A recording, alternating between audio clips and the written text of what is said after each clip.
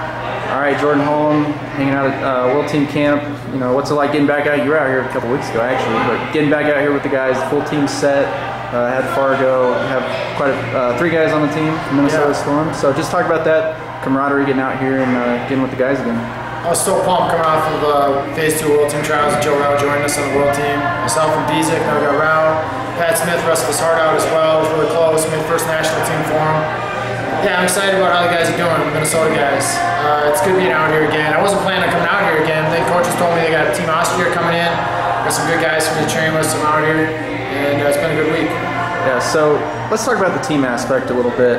You know, you guys are building something big up in Minnesota. Yeah. You know, so just talk about how that's all forming, and you know, you're starting up a website, right, and starting to do social media stuff and getting everything out there. So, I mean, what's your hopes for the club and the team going forward? Well, you know, I look back through the history of the Minnesota Training Center. I mean, 1976, we had 6 Olympians on the World Olympic team. We got several world teams. I think Minnesota's represented the U.S. in 35 of the 37 World Championships since 1966. Some of the stats are pretty staggering. I just kind of want to build on that. And yeah, I'm just really proud to be a part of the history. You know, part of a club that has such a good history. Yeah, in Minnesota we got a lot of guys. We got like 16 or 18 guys on our Greco roster up there. We got our freestyle program's going pretty strong. Tony Nelson will be jumping in full time next year. I'm excited about that.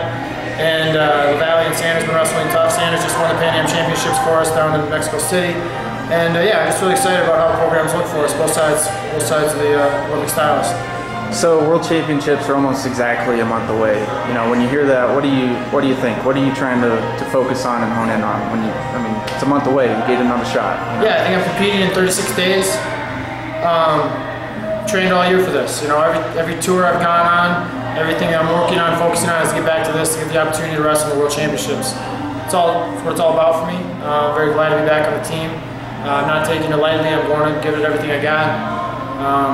People supporting me. I'm just gonna demonstrate my gratitude by how hard I go. You know, I try to do that every day in practice. Try to get better. Try to improve. I know what areas I'm working on, and I know what areas I'm ready to go. I feel that I'm going there to medal. I'm going there to win a world championship, and I have all the confidence in the world that I can contend with anybody in my weight class in the world and beat them. So you've been there before. I mean, what do you take away from last year? I mean, finally getting there, and you know, you won. I mean, and that you came up just short. It's tough. You know, what do you take away? I mean, there's a lot of things you take away. You take away little details. But the reality is, it's another match. You know, it was in the World Championships. Yeah, it was elevated mat, more people, more excitement, things like that. But it was another match, another thing for me to improve upon. You know, another opportunity to improve. That particular match, I should have gotten the parterre that I needed. I should have got the passivity that I needed by going harder on the feet and getting the guy put down. I was really close to getting some takedowns, and defended really well for the first 90% of the parterre. Eventually, he got me up and he lifted through me. And I've been working on that, defending the lift. And you know, at 85, we've all been busting each other's heads across the board. You know, I've said it before that we don't have a Jordan Bros in our weight class. We don't have somebody who's setting themselves apart, pulling away from the pack, and really just crushing people. You know, I'm beating guys who beat guys that beat me, and I, you know, go back and forth. And so it's who's going to put together the best tournament that day, and that's going to be me. You know, that's my plan.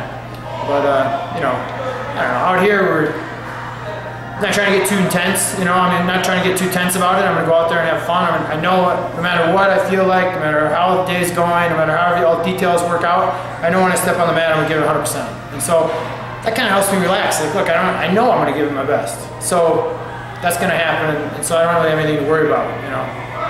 But I don't know. So who's in charge of keeping Joe Rao away from Flowers Station over there at the OTC? I know, right? We're trying to keep track of Joe's weight. He wrestled 98 in New York, and he's been working his way back down. I think he wrestled 98 in Schultz in February. Yeah. So I think he wrestled 85 in New York. But yeah, I mean, Joe's been doing a good thing. You know, I was calling him about every other day when he was back in Chicago between Phase 1 and Phase 2, and he's training and coming back up to Minnesota. We're keeping track of his weight. Did a good thing. Got his weight down, kind of surprised me in how he wrestled. And probably he's on the team. But yeah, he's eating like 3-4 bowls of food or plates of food every time he comes through the cafeteria. It's amazing to me that he's keeping his weight within target reach that we've been talking about. And you know, Joe's giving me a hard time because he beat me in like one game of soccer before we played in the Minnesota Training Center.